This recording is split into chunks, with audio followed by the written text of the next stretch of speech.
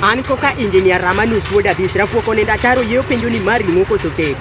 Kawuono adwa wuoyo gi nyithindo nikech sani giduogo after. Ka udok sikul nyithindo matindo ok wadwa kes ni mara ne nyathini no motor kia mang'o. Adwa ni akonyu chon. Gik moko 4 monego tonygo kabisa. Kiweya 6 madhi mede wi. 4 mokwongo. 1. Omuga kineno ka japuonj madhako nie duty e juma mokwongo mar dwe to gi juma mogik mar dwe.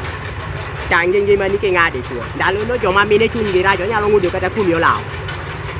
Mar 2, japuonj madhako puonji kwan to iye odongo. Tem matek kata kopo ni kwan kia chak kope dweno nikech iye wang' matek onyalo ng'ok kuomi sa asaya. Joma igi odongo mine ndalono iwacho ni gin e mood. Onyalo ng'ok kuomi sa asaya. Mar 3, deputy principal dichuo to keso riwi gi ng'ama nyaka e mix school. Akweri wuoyi wadwa ibiro goyi.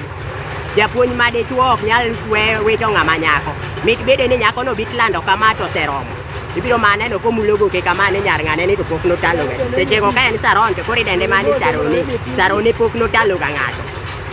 Mar 4, ng'ama dichuo tigo koke klas. Asayi kes kikriwi gi omeri biro nyoni. Iko koko kata in late kama. Alafu keso riwi gi deputy principal manyako.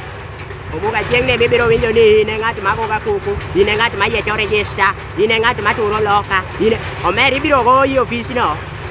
Mar 6, nitiere gi support staff. Iluongo ni PDA kia PDP kia ang'o gini go. Mabiro ge sikul. Gina ni university moko mabeyo kama. To biro e sikul. Achaya moko mamako ga ji ni koro ichayo japuonj ni matenten. Kik riwi gi japuonj manyako. Ibiro goyi e sikul mako kiwe sikul no. To kare ok in wuod dhako. Asayi, kopo ni in wuod dhako adier moting'e ich dweche 9.